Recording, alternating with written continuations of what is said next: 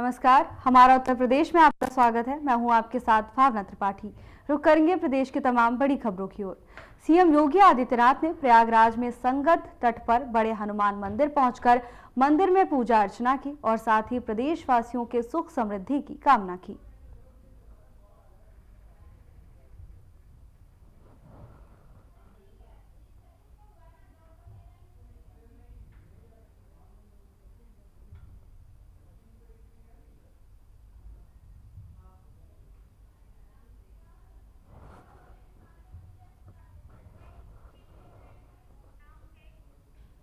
महाकुंभ प्रयागराज 2025 के प्रतीक चिन्ह के अनावरण के मौके पर कार्यक्रम का आयोजन किया गया, जिसमें सीएम योगी आदित्यनाथ ने शिरकत करते हुए प्रतीक चिन्ह का अनावरण किया। साथ ही सीएम योगी ने वेबसाइट kumbh.government.in और महाकुंभ मेला 2025 की लॉन्चिंग की।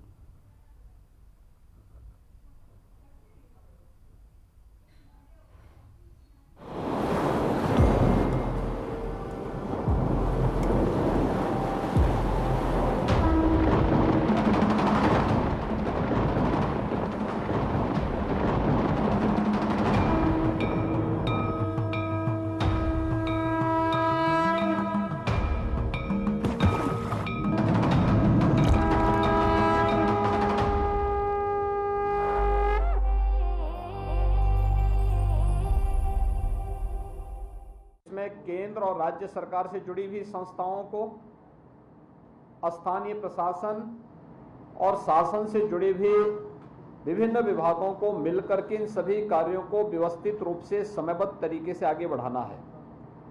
स्वच्छता के लिए प्लास्टिक फ्री कुंभ होगा, जीरो लिक्विड डिस्चार्ज के लिए हमें यहां पर फिर से कार्य करना है। मेले का विस्तार करना है और प्रयास होना चाहिए कि मुख्य पर्व जो होंगे स्नान के, उस दौरान वीआईपी और वीवीआईपी के प्रोटोकॉल सस्पेंड रहेंगे। यह हम पहले से ही सुनिश्चित करेंगे और इसको हमें हर हाल में लागू करना है। दूसरा, एंटी ड्रोन सिस्टम यहां पे लागू होना चाहिए। एआई टूल के माध्यम से सिक्योरिटी एंड सेफ्टी का बेहतर प्रबंधन भी यहां दिखना चाहिए। और सबसे महत्वपूर्ण होता है, जब हम लोग इस प्रकार के किसी बड़े आयोजन के साथ जुड़ते हैं तो उस दौरान एक बात का जरूर ध्यान रखना चाहिए कि व्यवस्था से जुड़े हुए लोगों का व्यवहार श्रद्धालुओं के साथ कैसा है। जो भी कार्मिक यहां डिप्लॉय किए जाएं, वे सिविलियन हो, विभिन्न संगठनों से जुड़े हुए स्वयंसेवक गण हो या फोर्स से जुड़े हुए हों, यूपी पुलिस के हों, पीएससी के हों, होमगार्ड के हों या अन्य किसी भी विभाग के हों, उनकी काउंसलिंग और उनकी ट्रेनिंग बहुत आवश्यक है। कैसा व्यवहार हमारा होना चाहिए पब्लिक के साथ में, श्रद्धालुओं के साथ में। यहाँ पे श्रद्धालु आएंगे, उन श्रद्धालुओं के साथ हमारा व्यवहार कैसे होना चाहिए, ये ट्रेनिंग प्रयागराज कुंभ 2019 ने इस मामले में बहुत अच्छा कार्य किया था और मैं उस समय की टीम को धन्यवाद दूंगा कि उन्होंने बहुत अच्छे ढंग से सारे कार्यक्रमों को किया था। आज लोगो जारी हो गया है और मैं चाहूंगा कि सूचना विभाग मेला प्रयागराज मेला प्राधिकरण के साथ मिलकर के सुनिश्चित करें कि एक तो उत्तर प्रदेश के अंदर हर जिला मुख्यालय पर, हर रेलवे स्टेशन पर, देश के हर एयरपोर्ट पर और अन्य प्राइम लोकेशन पर प्रयागराज महाकुंभ 2025 का ये लोगो अब वहां पर हमें डिस्प्ले करना चाहिए, ये आ जाना चाहिए। पॉजिटिव चर्चा को हम आगे बढ़ाएं, नेगेटिविटी के लिए कोई स्थान नहीं होना चाहिए। लखनऊ में मां भगवती की उपासना के पावन पर्व शारदीय नवरात्रि के शुभ अवसर पर राजभवन में राज्यपाल आनंदीबेन पटेल की उपस्थिति में 9 दिवसीय दुर्गा पूजा और गरबा महोत्सव का आयोजन किया गया, जिसमें उत्तर प्रदेश के कैबिनेट मंत्री स्वतंत्र देव सिंह और नंद गोपाल गुप्ता नंदी भी शामिल हुए। इस मौके पर सभी ने मां दुर्गा के चरणों में नमन किया। आरती के बाद गुजरात के पारंपरिक नवरात्रि गीतों और गरबा गीतों पर श्रद्धालुओं ने उल्लासपूर्वक नृत्य किया।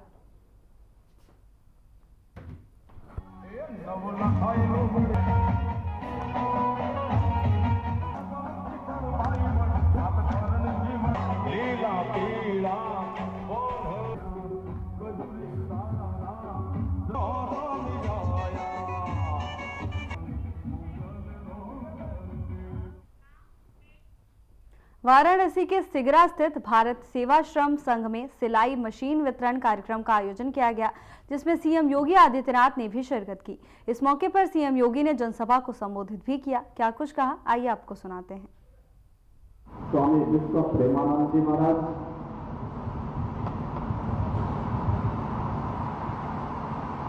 भारत सेवाश्रम संघ के संयुक्त सचिव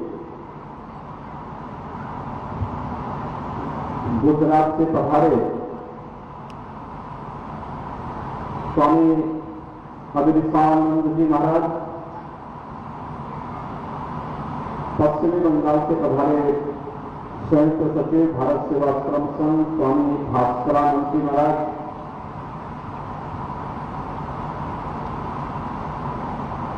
आज के समारोह में उपस्थित वाराणसी के महापौर अशोक तिवारी जी,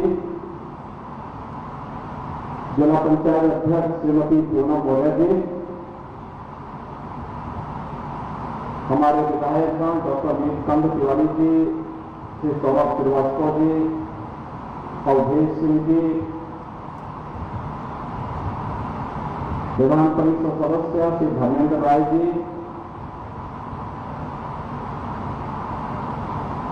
महामंडलेश्वर सतवा बाबा आश्रम के महंत संतोष दास जी,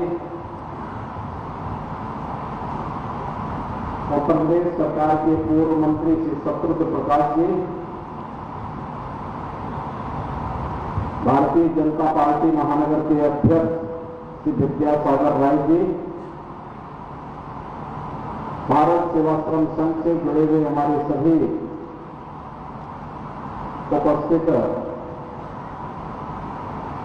सभी संत, योगेश्वर, स्वयंसेवक और उपस्थित सभी बहनों और भाइयों, मैं सबसे पहले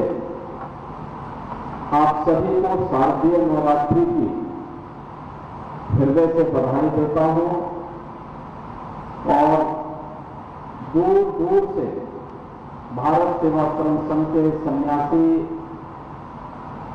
आज इस समारोह के साथ जुड़ने के लिए काशी में आए हैं। मैं उत्तर प्रदेश की जनता की ओर से कैलिफोर्निया से, जलपाईगुड़ी से, गुजरात से, पश्चिमी बंगाल से आए हैं और देश के अलग अलग स्थानों से आए हैं सतवा बाबा के मित्र श्री रामनाथ जी यहाँ बैठे हुए हैं। इन सभी का मैं हृदय से स्वागत करता हूँ, अभिनंदन करता हूँ। बहनों भाइयों, भारत सेवाश्रम संघ की स्थापना पिछली सदी के एक प्रखर राष्ट्रवादी और सिद्ध संत पूज्य स्वामी प्रणवानंद जी महाराज ने किया था।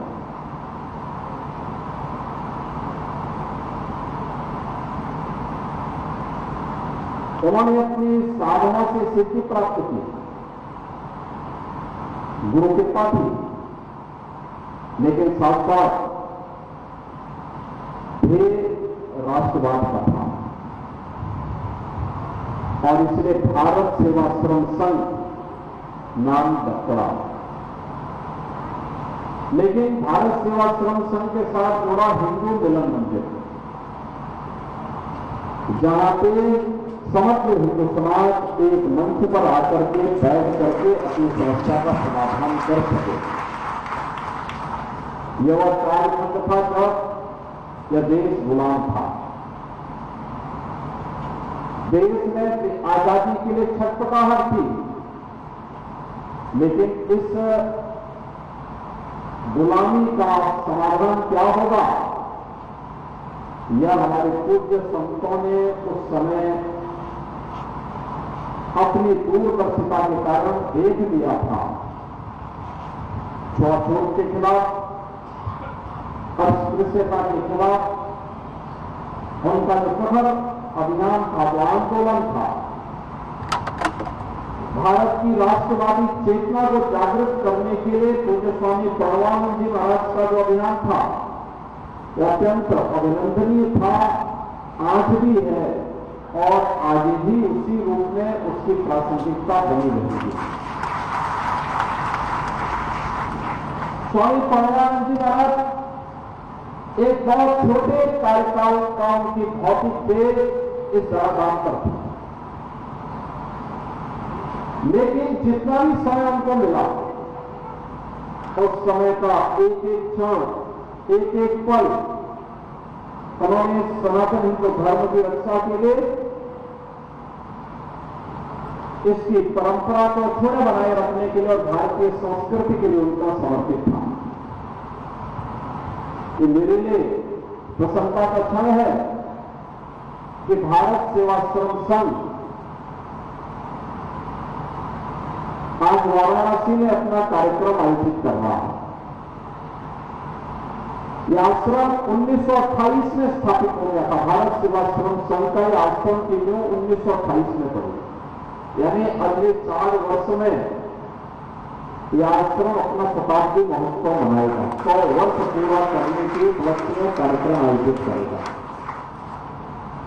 100 वर्ष की एक लंबी यात्रा, गौरवशाली यात्रा होती है। अपने आप को आकलन करने का, अपना मूल्यांकन करने का एक अवसर होता है। गृह मंत्री अमित शाह ने नई दिल्ली में वामपंथी उग्रवाद पर समीक्षा बैठक की अध्यक्षता की, जिसमें उन्होंने नक्सलवाद को खत्म करने का जिक्र किया। वामपंथी उग्रवाद पर समीक्षा बैठक की गई। इस दौरान केंद्रीय गृह मंत्री अमित शाह ने अध्यक्षता की और आतंकवाद को खत्म करने का जिक्र केंद्रीय गृह मंत्री ने किया। और 2 दिन तक विकास और नक्सली ऑपरेशन दोनों की दृष्टि से एक डिटेल रणनीति का हमने चॉकआउट करने का काम किया था। आज मैं फिर से एक बार छत्तीसगढ़ के मुख्यमंत्री, गृह मंत्री, उनके डीजीपी, उनकी पूरी टीम को हृदय से बधाई देना चाहता हूं, क्योंकि जनवरी से अब तक लगभग 194 नक्सली छत्तीसगढ़ में सुरक्षा बलों के साथ मुठभेड़ में मारे गए हैं, 801 गिरफ्तार हुए हैं और 742 ने आत्मसमर्पण किया है। मैं देश भर में नक्सलवाद के साथ जुड़े हुए युवाओं को आज के इस सम्मेलन के माध्यम से अपील करना चाहता हूं, चाहे नॉर्थ ईस्ट हो, चाहे कश्मीर हो, चाहे वामपंथी उग्रवादी क्षेत्र हो, सब जगह लगभग कुल मिलाकर 13,000 से ज्यादा लोगों ने हथियार छोड़े हैं और मेन स्ट्रीम में शामिल हुए हैं। यहां पर जो आज भी नक्सली युवा हथियार लेकर ये नक्सलवाद की प्रवृत्ति में लिप्त है, मेरा उनसे आग्रह से विनती है कि हथियार छोड़िए, मेन स्ट्रीम में आइए। सभी राज्यों ने आपके पुनर्वसन की योजनाएं, बहुत ल्यूक्रेटिव योजनाएं बनाई है, इसका फायदा लीजिए और देश के विकास में आपका योगदान दीजिए। नक्सलवाद से कभी किसी का भला नहीं होने वाला है, वो सत्य अब प्रस्थापित हो चुका है। मित्रों, आज मैं जब इस बैठक को डिटेल सुन रहा था, तब राज्यों के बीच में आपसी तालमेल और सीमावर्ती जिलों के अंदर ज्वाइंट टास्क फोर्स की रचना तो हमने की है, मगर इसकी हायरार्की और उसके ऑपरेशंस को बढ़ाने की जरूरत है। कैपेसिटी बिल्डिंग कुछ राज्यों ने, तेलंगाना और आंध्र प्रदेश ने बहुत अच्छा किया, महाराष्ट्र ने भी किया है, परंतु सभी राज्यों ने अपनी गुड प्रैक्टिसेस का एक्सचेंज कर एक कैपेसिटी बिल्डिंग का संयुक्त अभियान चलाना पड़ेगा, तभी जाकर हम कर पाएंगे। मित्रों, पिछले वर्ष हुई बैठक में दिए गए सुझावों पर हमने कई बदलाव और कई नए प्रावधान किए हैं और मैं आप सभी को बताना चाहता हूं, आप सभी ने बहुत सारी योजनाओं के लिए बताया है। सुरक्षा संबंधी व्यय योजना एसआरई जो है 2004 से 14 में 1180 करोड़ रुपया खर्च किया जाता था और 14 से 24 में हमने 3006 करोड़ रुपया खर्च किया है, करीब करीब 3 गुना बढ़ाया है। एसआरई मेन स्कीम है जो नक्सल प्रभावित क्षेत्र में विकास के कामों को देता है। एलडब्ल्यूई के प्रबंधन के लिए केंद्रीय एजेंसियों को सहायता की योजना और राज्य पुलिस को सहायता की योजना जो हम नई लेकर आए हैं, 2004 से 14 में नई थी, उसमें और 1055 करोड़ दिया है, जिसमें हेलीकॉप्टरों और सीआरपीएफ के मजबूत बुनियादी ढांचे और राज्य पुलिस के मजबूत बुनियादी ढांचों को 2017 से शुरू किया था। इसको हमने 19 के बाद बढ़ावा इंट्रोड्यूस किया है।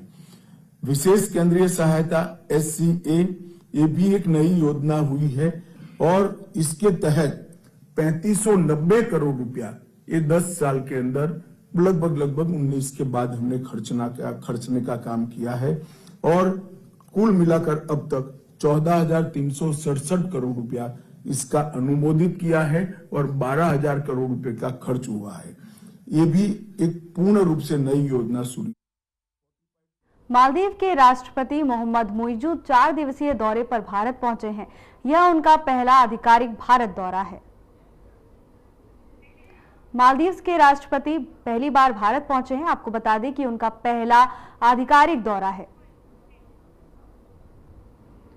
प्राकृतिक आपदा के समय पीने का पानी उपलब्ध कराना हो, कोविड के समय वैक्सीन देने की बात हो, भारत ने हमेशा अपने पड़ोसी होने के दायित्व को निभाया है और आज हमने आपसी सहयोग को स्ट्रेटेजिक दिशा देने के लिए कॉम्प्रिहेंसिव इकोनॉमिक और मैरीटाइम सिक्योरिटी पार्टनरशिप विजन अपनाया है। फ्रेंड्स, डेवलपमेंट पार्टनरशिप हमारे संबंधों का अहम स्तंभ है और हमने इसमें हमेशा मालदीव के लोगों की प्राथमिकताओं को प्रमुखता दी है। इस वर्ष SBI ने मालदीव के $100 मिलियन के ट्रेजरी बिल्स का रोल ओवर किया है। आज मालदीव की आवश्यकता अनुसार $400 मिलियन और 3,000 करोड़ रुपए का करेंसी स्वैप समझौता भी संपन्न हुआ है। हमने मालदीव में इंफ्रास्ट्रक्चर विकास के लिए व्यापक सहयोग पर बात की है। आज हमने पुनर्विकसित हनीमाधु एयरपोर्ट का उद्घाटन किया है। अब ग्रेटर माले कनेक्टिविटी प्रोजेक्ट में भी तेजी लाई जाएगी। थिलाफुशी में नए कॉमर्शियल पोर्ट के विकास में भी सहयोग दिया जाएगा। आज भारत के सहयोग से बनाए गए 700 से अधिक सोशल हाउसिंग यूनिट्स हैंडओवर किए गए हैं। मालदीव के 28 आइलैंड्स पर पानी और सीवरेज प्रोजेक्ट्स पूरे किए गए हैं। 6 अन्य आइलैंड पर भी शीघ्र काम पूरा किया जाएगा। ये प्रोजेक्ट 30,000 लोगों को साफ पानी की सप्लाई सुनिश्चित करेंगे। हा दालू में एग्रीकल्चर इकोनॉमिक जोन और हा आलिफू में फर्स्ट प्रोसेसिंग फैसिलिटी स्थापित करने में भी सहयोग दिया जाएगा। ओशिनोग्राफी और ब्लू इकोनॉमी में भी हम साथ मिलकर काम करेंगे। फ्रेंड्स, आर्थिक संबंधों को मजबूत करने के लिए हमने फ्री ट्रेड एग्रीमेंट पर चर्चा शुरू करने का निर्णय लिया। लोकल करेंसी में ट्रेड सेटलमेंट पर भी काम किया जाएगा। हमने डिजिटल कनेक्टिविटी पर भी फोकस किया है। कुछ दिन पहले मालदीव में रुपे